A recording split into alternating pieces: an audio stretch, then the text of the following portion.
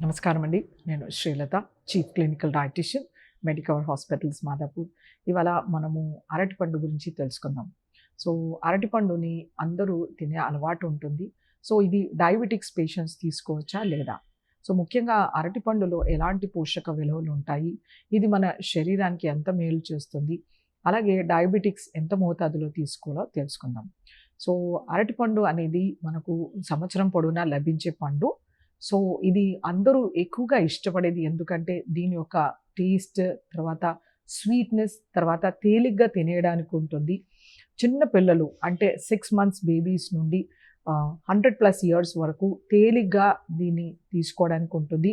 అలాగే జీర్ణం కూడా చాలా తేలిగ్గా అవుతుంది కాబట్టి ఆల్ టైమ్ ఫేవరెట్ ఫుడ్ అని చెప్పొచ్చనమాట. సో, వీటిలో మనకి ఎన్నో రకాల పోషక విలువలు లభిస్తూ ఉంటాయి. సో, పళ్ళల్లో మనకి ముఖ్యంగా ప్రోటీన్ అనే ఇంపార్టెంట్ న్యూట్రియంట్ లభించదు.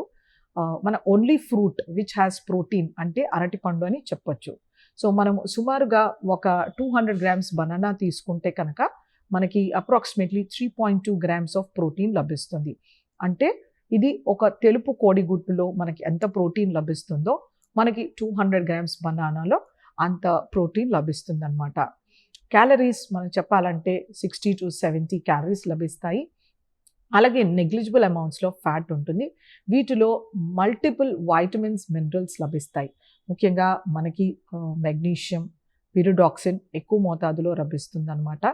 అలాగే మనకి పొటాషియం కంటెంట్ ఎక్కువగా ఉంటుంది ఇందులో.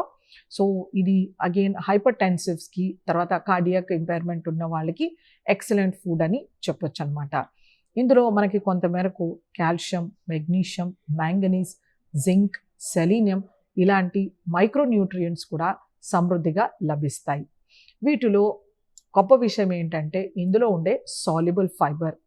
ఇందులో ఉండే సాల్యుబుల్ ఫైబర్ మనకి చాలా ఇంపార్టెంట్ ఫుడ్ గ్రూప్ అని చెప్పొచ్చు. సో, ఇది కాన్‌స్టిపేషన్‌ని రిలీవ్ చేస్తుందనమాట. ఇందులో డయాబెటిక్స్‌కి ఎందుకు ఎక్సలెంట్ ఫుడ్ అంటే ఇందులో మనకి బనానా వెరైటీని బట్టి ఆ రైపెనింగ్ ఎంత మక్కిందో దాన్ని బట్టి మన glycemic index and glycaemic load change అవుతుంది.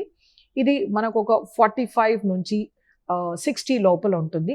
సో, లో టు మీడియం గ్లైసిమిక్ ఇండెక్స్ అనమాట. మనము పండినది అంటే దోరగా ఉన్న అరటిపండు తీసుకోవచ్చు.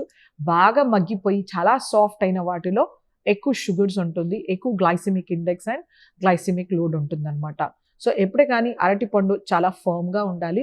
దోరగా పండి ఉండినవి తీసుకున్నప్పుడు మనకి correct GI and GL load, glycemic load లభిస్తుందన్నమాట. ఇలాంటివి తీసుకున్నప్పుడు మనకి ఎక్కువ గ్లైసిమిక్ వేరియబిలిటీ అనేది ఉండదు. సో, మనము ఒక 100-150 grams safe dosage for diabetics. So, ఇలా తీసుకోవచ్చనమాట. మనకి మార్కెట్‌లో రకరకాల వెరైటీస్ లభిస్తాయి. చాలా చిన్నగా ఉంటుంది. కొంచెం మీడియం సైజ్ కానీ, పెద్ద సైజ్ కానీ, రెడ్ వెరైటీ ఇలా రకరకాలుగా లభిస్తుందనమాట. వీటిలో మనకి రెసిస్టెంట్ స్టార్చ్ అనేది ఉంటుంది. That is the beauty of the banana.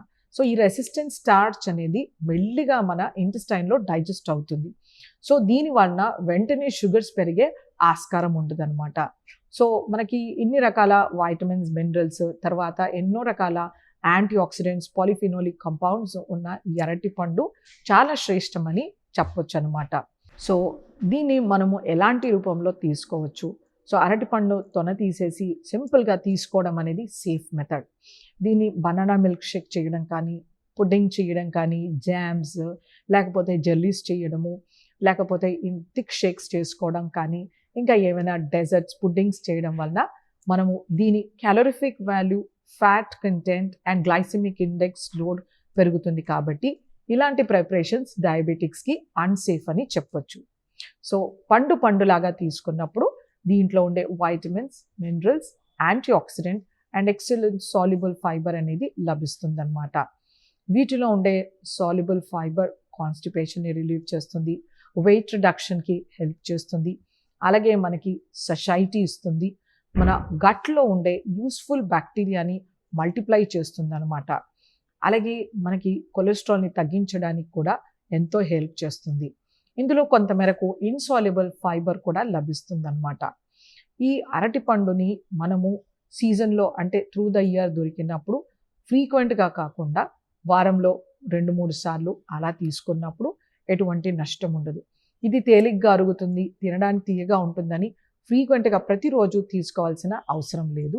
అలాగే దీన్ని ఆహారంతో పాటు ఎప్పుడు కూడా తీసుకోకూడదు. ఎప్పుడైతే మనము లంచ్, డిన్నర్ ఆర్ బ్రేక్‌ఫాస్ట్‌తో పాటు తీసుకుంటే షుగర్స్ వెంటనే పెరిగే ఛాన్స్ ఉంటుంది.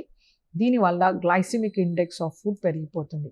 సో, అందుచేతనే వీటిని 11కి కానీ, 4-6 లోపల కానీ సాయంత్రం తీసుకుంటే కనుక మనకి షుగర్స్ ఫ్లక్చుయేషన్స్ అనేవి ఉండవన్నమాట. సో, మనకి ఎన్నో రకాల పోషకాహారాలున్న ఈ బనానాలో మనము త్రూఅవుట్ ద ఇయర్ సీజన్‌లో వారంలో 2-3 సార్లు మోతాదుగా 100-150 గ్రామ్స్ డయాబెటిక్స్ సేఫ్‌గా తీసుకోవచ్చు. బట్ అన్‌కంట్రోల్డ్ డయాబెటీస్ ఉన్నవాళ్ళు మాత్రం ఖచ్చితంగా అవాయిడ్ చేయాల్సి ఉంటుందన్నమాట. వీటితో షుగర్ పెరిగే ఛాన్స్ ఉంటుంది కాబట్టి లెస్ దెన్ 300-250 మిల్లీగ్రామ్స్ ఉన్నవాళ్ళు మీరు చెప్పిన రికమెండేషన్‌లో తీసుకుంటే శరీరానికి ఎటువంటి నష్టం ఉండదు. ఎందుకంటే వీటిలో loads of vitamins and minerals ఉన్నాయి. అలాగే మంచి fibre and low in glycaemic index and load కాబట్టి ఇది ఖచ్చితంగా తీసుకునే ఫ్రూట్. నమస్తే.